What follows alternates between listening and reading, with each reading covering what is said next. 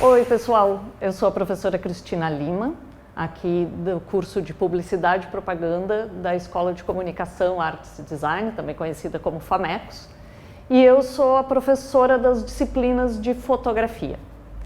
Então, eu decidi começar essa oficina aqui nesse ambiente para vocês, que é para mostrar um pouquinho de como funciona a fotografia publicitária. A gente não vai fazer a oficina toda aqui usando esse equipamento, embora isso seja um ambiente onde uma das nossas disciplinas acontece boa parte do tempo. Os grupos trabalham aqui com esses equipamentos de luz, com equipamentos, câmeras fotográficas bem próximas e profissionais. A gente trabalha também com pós-produção num ambiente que é pertinho desse aqui, e aí a gente transita da sala dos computadores para cá, mas eu queria então que vocês vissem um pouco como é o equipamento característico da produção da fotografia publicitária, que se caracteriza por ser uma fotografia onde nem sempre a gente sai para fotografar as coisas que já estão no mundo. Assim funciona a fotografia de documentação social, assim funciona o fotojornalismo, mas a fotografia publicitária muitas vezes não pode depender das coisas acontecerem diante da câmera no curso natural da vida. Muitas vezes o fotógrafo publicitário vai encenar uma imagem que já foi pensada por um outro profissional, que é o cara que faz a criação de uma agência, a partir do briefing de uma marca, de um cliente. Essa equipe de criação na agência pensa num conceito que transforma em um texto e em uma imagem. E é aí que entra o fotógrafo publicitário. Ele tem que transformar esta imagem que estava na cabeça de um criador em uma imagem concreta, em uma fotografia. E é aí então que muitas vezes a gente precisa lançar mão de tudo isso aqui que vocês estão vendo para conseguir fazer essa imagem nas melhores condições possíveis, para que as cores sejam as mais bonitas, para que a nitidez da imagem seja encantadora, para que todos os elementos estejam no lugar certo, da forma certa, para encantar o consumidor que vai enxergar essa imagem. Bom, eu mostrei o estúdio lá embaixo para vocês, o nosso estúdio fotográfico, mas hoje a gente vai falar de uma coisa mais geral do que o estúdio, que é sobre a matéria-prima da fotografia, que é a luz. Antes de começar a falar da luz especificamente, eu quero mostrar para vocês algumas imagens do trabalho no estúdio. E aí então vocês conseguem identificar o lugar que nós estávamos e como mais ou menos é feito o trabalho ali, com todos aqueles equipamentos de luz que vocês viram e outros inclusive, e montando cenas diante da câmera. Nesse caso, montando uma pequena ceninha de café da manhã, como se fosse uma fotografia para sugerir uma forma de consumo de um produto. Então a gente monta o iogurte dentro de uma taça com um acompanhamento e dispõe diante da câmera. Ou então algumas outras fotografias em que envolve modelo. Nesse caso aqui, na fotografia que a menina está segurando um limão, a gente faz uma reprodução de uma propaganda antiga, uma reencenação de uma propaganda antiga, para que o aluno consiga olhar uma peça publicitária, ler a luz que tem ali, ler a produção e reproduzir, tentar fazer o mais próximo possível dentro das condições que a gente tem. E aí entram todos aqueles equipamentos que vocês viram. Na fotografia do lado, a gente tem um outro exercício que a gente faz, que é de reencenar um cartaz ou um pôster de um filme. Então vocês veem os alunos ali, deitados, também vão ser iluminados, com a câmera posicionada no tripé. E assim é a nossa rotina da disciplina de fotografia publicitária, em que a gente faz todas essas montagens ali naquele ambiente. E aí vocês podem ver mais ou menos como funciona. Um trabalho super detalhista, em que a construção da foto é super demorada, requer paciência, detalhismo, para que tudo seja colocado no devido lugar diante da câmera, depois iluminado da forma que a gente quer, de acordo com o que a gente vai ver agora na nossa oficina, para que a fotografia depois... Aqui são as fotografias da reprodução do cartaz de filme, em que a escolha dos alunos era refazer o cartaz do filme A Órfã, que dá para ver ali ela segurando como referência, estão montando, o aluno, elas se vestem, se penteiam, se maquiam da forma mais próxima possível, depois a gente ilumina e lê a parte técnica da fotografia para tentar refazer aquele pôster. Aqui, então, vários outros exemplos. Mas, também, se a gente for pensar em fotografia publicitária, nem tudo tem que acontecer dentro do estúdio. Como eu falei para vocês, a gente usa o estúdio porque nem sempre a luz ou as coisas que estão no mundo são adequadas para o que a gente precisa. Mas é possível que a gente consiga fazer, e muitas vezes para trazer uma sensação de mais realismo, de mais proximidade com a vida real, a gente faz fotografias nas cenas externas, no ambiente externo com luz natural, que é o que a gente está fazendo aqui nessas fotos. Também estamos fazendo uma foto de uma ceninha de café da manhã, o que a gente chama de natureza morta, mas que é muito usado na propaganda. Principalmente, hoje se usa muito esse tipo de foto em mídias sociais. Instagram, por exemplo, de uma marca de produtos de café da manhã, pode fazer esse tipo de fotografia para ir sugerindo para o consumidor, olha como é apetitoso esse meu produto. Esse tipo de foto para a mídia social cabe muito e por ser um tipo de mídia que é muito dinâmica, que a gente precisa de muitas fotos, fazer a produção dentro do estúdio com toda a paciência que precisa e o detalhismo, pode ser muito demorado. E aí, então, hoje a gente vê muita fotografia publicitária sendo feita fora do estúdio com uma dinâmica mais rápida, que é para atender as demandas da mídia social. E aí a luz natural é um ótimo recurso e é uma grande aliada do fotógrafo. Aqui a gente está aqui no pátio da PUC, aproveitando a luz da tarde. Aqui uma luz mais de fim da tarde e aqui uma luz de um pouquinho antes, em que ela não está tão rasteira, não está pegando a cena tão de lado e aí fica uma carinha um pouco mais matinal. Mas vocês vejam que não dá para identificar onde é a partir do enquadramento. A gente fecha o enquadramento, aproveita só a luminosidade, não é uma luz forte, é simplesmente a luminosidade de um dia ensolarado, e aí a gente já tem luz suficiente para fazer uma cena legal, interessante. É disso, então, que a nossa oficina vai falar hoje, e eu quis trazer aqui para vocês algumas dicas de o que reparar na luz, o que cuidar na hora de tirar fotografias, para que as fotos de vocês fiquem mais interessantes. Por que falar tanto de luz? Porque a luz é a matéria-prima da fotografia. Da mesma forma que, eu gosto de dizer, o grafite é a matéria-prima do desenhista, que faz um esboço com lápis, a luz é aquilo que pinta uma imagem sobre alguma coisa, no caso não um papel comum, mas um material fotossensível, que reage à luz. E aí, a luz é a minha tinta, aquilo que produz a imagem. Eu vou dizer uma coisa meio controversa, mas eu vou dizer mesmo assim. Quanto mais luz vocês tiverem, mais chance vocês têm de produzir uma boa foto. Por que é controverso? Porque a gente não pode fazer foto com ambientes de pouca luz? Pode. Mas a gente vai ter condições mais limitadas e vamos estar num limite meio perigoso em que algumas coisas vão ficar mais difíceis. Então, é muito importante que vocês, quando forem fotografar, se vocês puderem escolher, nem sempre a gente pode escolher, às vezes a gente precisa fazer foto numa cena que tem pouca luz. Bom, aí a gente vai ter que encontrar o melhor jeito de fazer possível. Mas tendo como trazer mais luz ou escolher outro momento mais luminoso para fotografar, melhor. Por que trabalhar com pouca luz é complicado?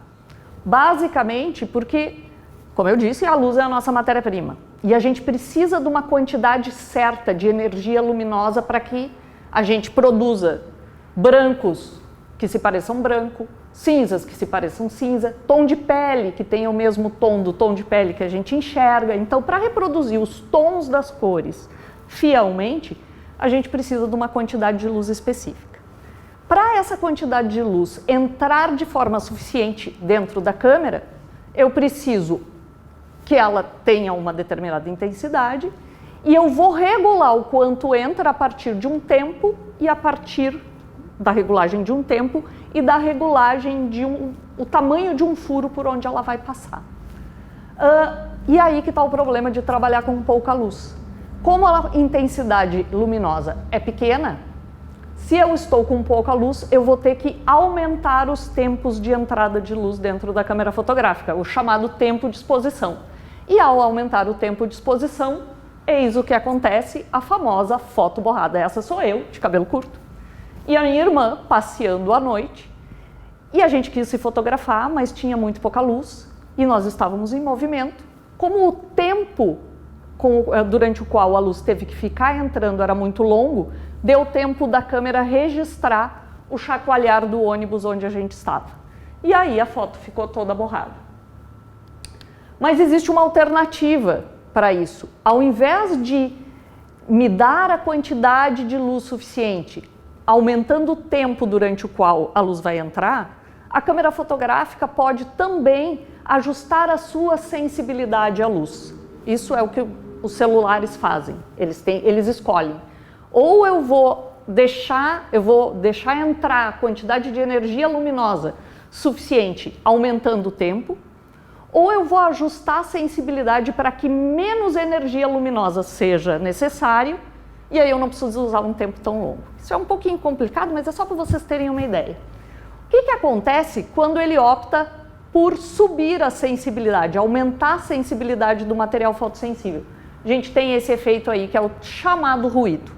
O ruído é essa granulação, esse aspecto de granulação e essas manchas meio estranhas que a foto fica, justamente por isso, porque eu estou trabalhando com pouca luz, a câmera teve que se tornar mais sensível à luz, e aí eu tenho essa textura que não é uma textura de pele, que não é uma textura de blusa, é uma textura que eu chamo de alienígena, porque é uma textura do próprio material fotossensível. E aí a foto perde nitidez, perde contraste de cor e fica ruinzinha. Dá para arrumar em pós-produção?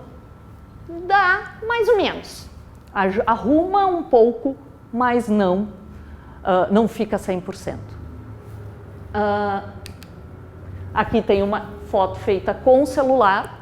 Os celulares já fazem um ajuste automático para esconder o ruído, mas ao esconder o ruído que ele produziu porque subiu a sensibilidade, o celular acaba deixando a imagem meio pastosa, com uma textura que não é um grão, mas é uma coisa super estranha também.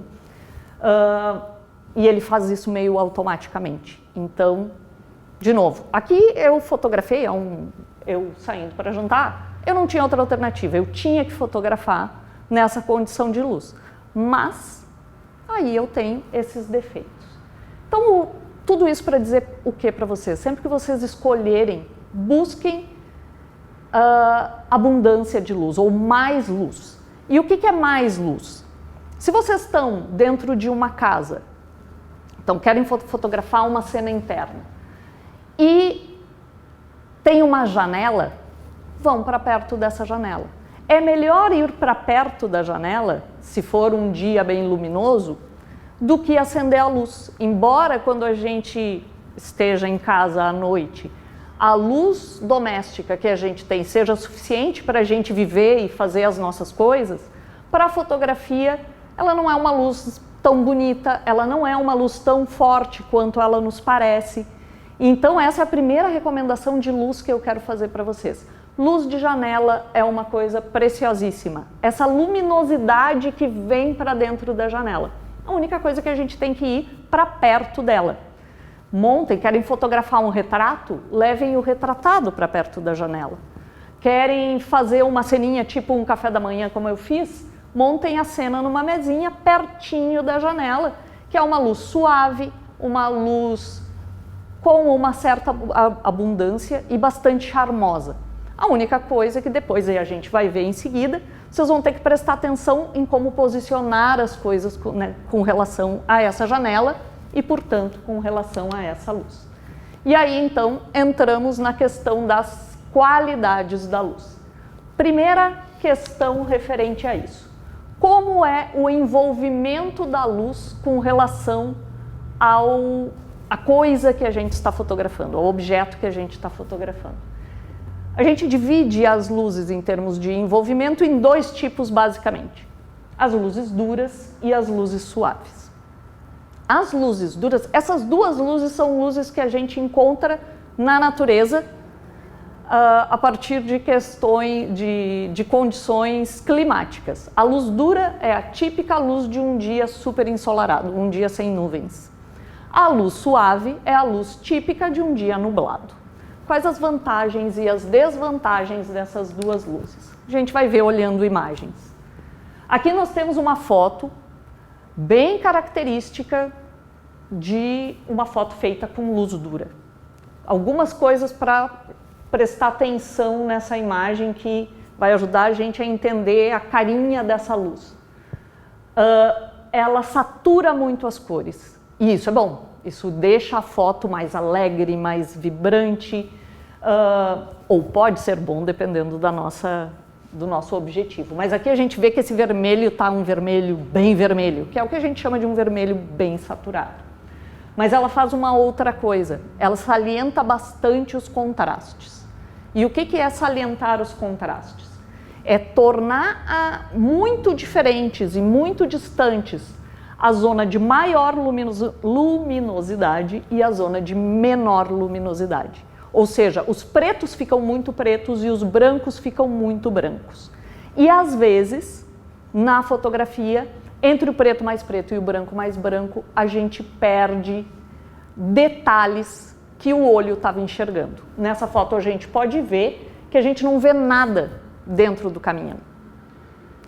Isso pode ser interessante, porque daí eu não estou vendo a esculhambação do caminhão, mas o que eu quero que vocês passem a prestar atenção é que em situações de luz dura, muitas vezes, coisas que a gente está enxergando na sombra, na hora de fotografar não vão aparecer. E vocês têm que tomar consciência disso, para não esperar que aquilo que está passando na sombra vá aparecer e depois, surpresa, não aparece. Por quê? Porque é uma foto de muito contraste. Então, quando a gente está num dia muito ensolarado, ele é ótimo, porque ele deixa tudo muito vívido, muito alegre, parece que tem mais definição até, mas as sombras são perigosas, porque elas escondem coisas. As luzes altas também. O que são as luzes altas? São as partes muito claras. Elas podem ser mais perigosas ainda. Então tem que prestar atenção no que está dentro do enquadramento de vocês para ver se a sombra, essa porção preta sem detalhe, não está escondendo nada que seja importante para vocês. Aqui nós temos uma luz suave. Percebam que as cores já são mais calmas, mais quietas, não tem nenhum... O contraste não é aquele contraste assim puxado, né, agressivo, mas ela é agradável, as cores não são tão fortes e a gente não tem nada muito escondido como na foto anterior. Vamos ver outros exemplos. Aqui uma foto, aquela ceninha de café da manhã que a gente vê muito no Instagram, feita com luz dura, ou seja, luz de sol incidente. O sol estava batendo direto na cena. E a partir daí a gente vê sombras bem marcadas que escondem coisas. A gente vê também cores bem saturadas, vê bastante detalhe de textura, o que é uma coisa que a luz dura faz também. Valoriza as texturas das coisas. Reparem na casca da bergamota. Aqui também, olhem como a sombra acaba sendo um elemento da imagem. Tem um triângulo de sombra no cantinho. Tem meio que no prato, o mesmo desenho da frutinha está lá em negativo na sombra. Então acaba sendo um elemento extra na foto. E aqui, o mesmo tipo de fotografia com uma luz suave, muito mais delicada e muito mais calma. Uma é melhor que a outra? Não.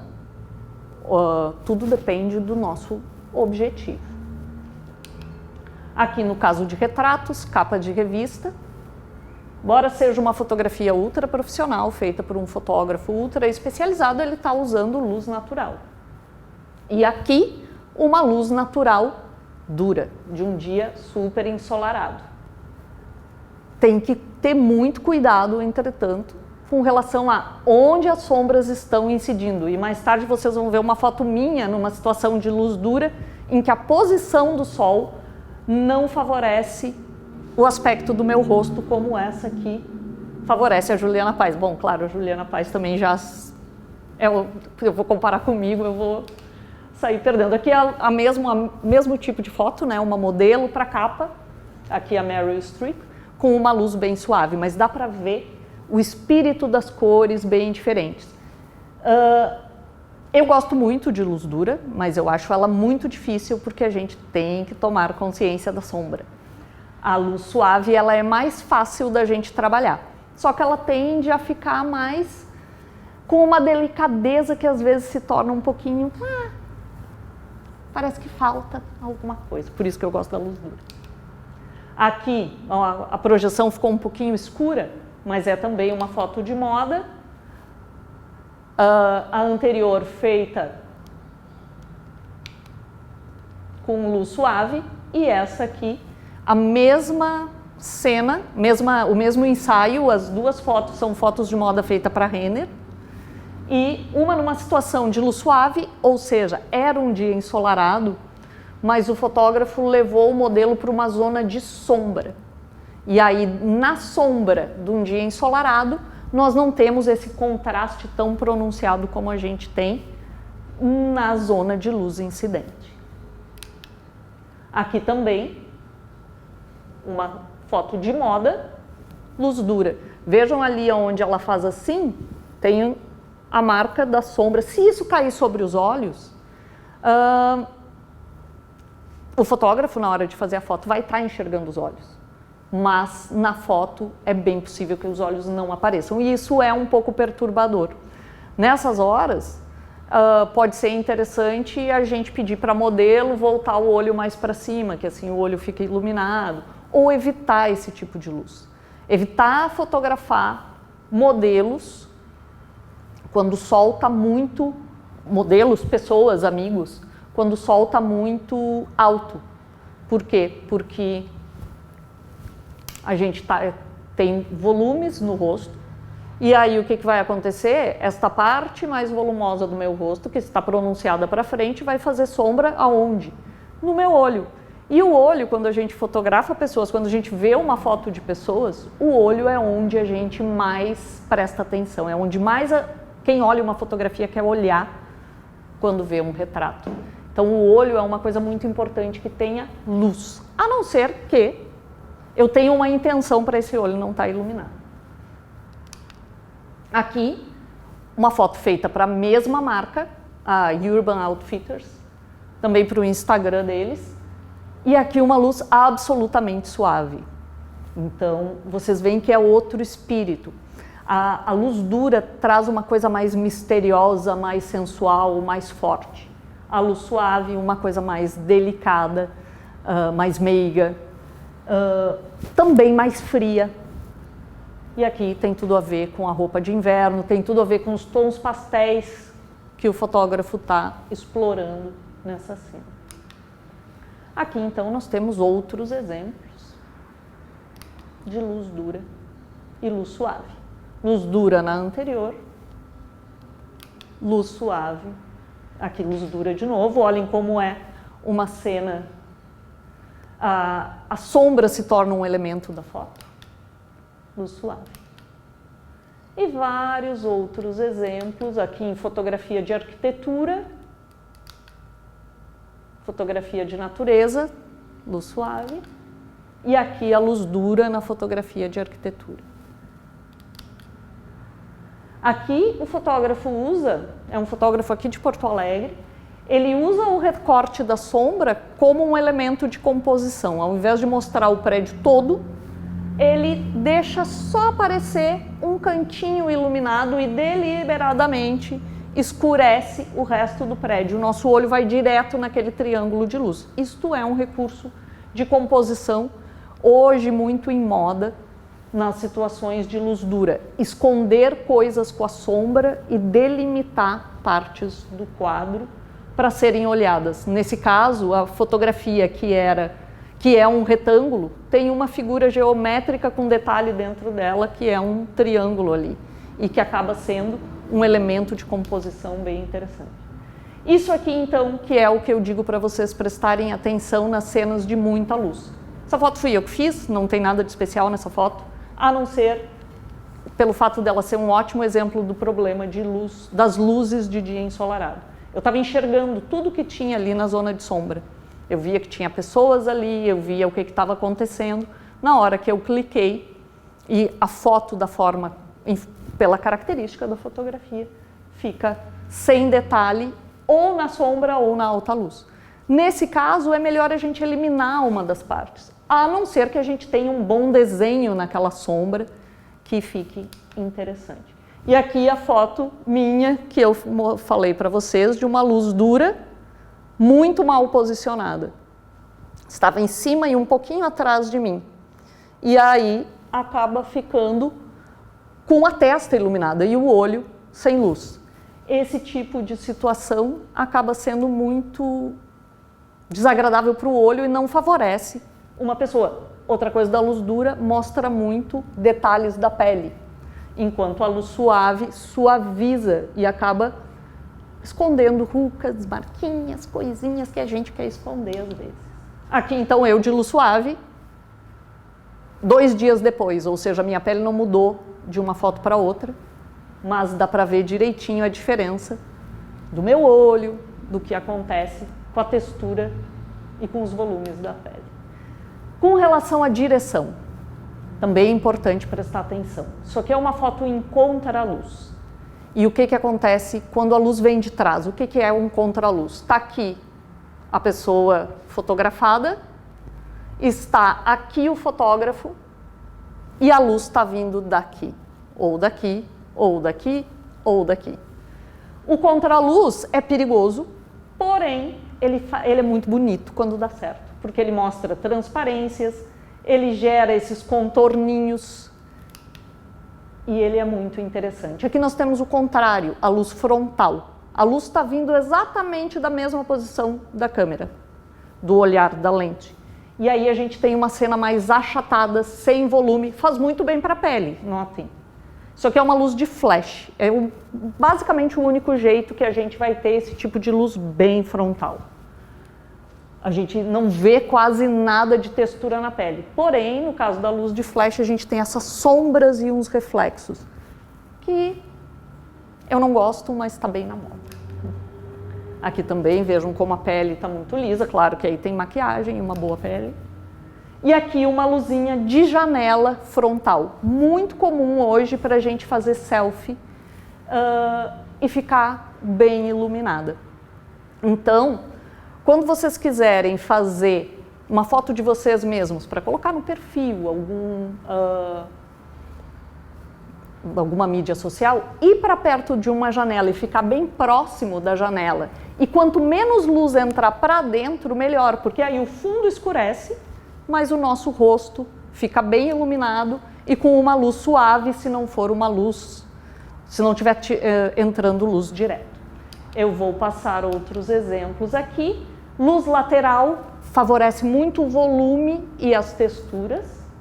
Então, quando a gente posiciona uma luz de lado, a gente nota bem a textura das coisas, como vocês podem ver aqui. E aqui o contraluz que gera o efeito de silhueta, ou seja, estou fotografando aqui, a pessoa aqui, a luz aqui e o fotógrafo ali. A câmera mede a luz forte que está atrás e aí a pessoa vira um recorte preto. Ou então um contraluz medindo a pessoa. Também um efeito bem agradável. A luz destaca fumaça, destaca gotículas e transparência, quando ela está em contra, atrás da coisa fotografada, quando o fotógrafo está aqui. É um efeito bem legal de ser explorado. E aí, gente, aqui eu mostrei umas coisas que eu fiz com o meu celular, para vocês verem que com luz natural e com celular a gente consegue fazer umas coisas que dá para se divertir, dá para deixar nosso Instagram interessante. Isso aqui foi andando em torno de uma planta, olhando como a luz incide, num fim de tarde. E aí, eu acho que eu produzi umas 50 fotos nessa situação, mas só brincando com enquadramento e posicionamento de luz. Eu fui... Aqui, uma foto, a foto mais clara, tal qual ela saiu da câmera, do lado depois de uma edição. Aqui também uma foto feita com celular, num restaurante em contraluz, por isso a transparência dos plásticos, ou seja, a luz vindo de trás. E por fim, também com luz natural, também com celular, fotos feitas numa mesinha do lado da janela. Umas fotos de culinária, uma receita de massa, de molho de massa, que era para ilustrar essa receita. Então eu comecei botando a massa, a luzinha sempre a mesma, muito suave, e aos poucos, aproveitando essa luz suave, fui montando o resto da cena com a receita. Trouxe essas fotos para vocês perceberem que se a gente souber ler a luz e souber aproveitar, mesmo com os equipamentos mais simples, uma câmera de celular e a luz natural, um equipamento que está à disposição da gente, vocês conseguem produzir coisas bem legais e se divertir bastante com fotografia.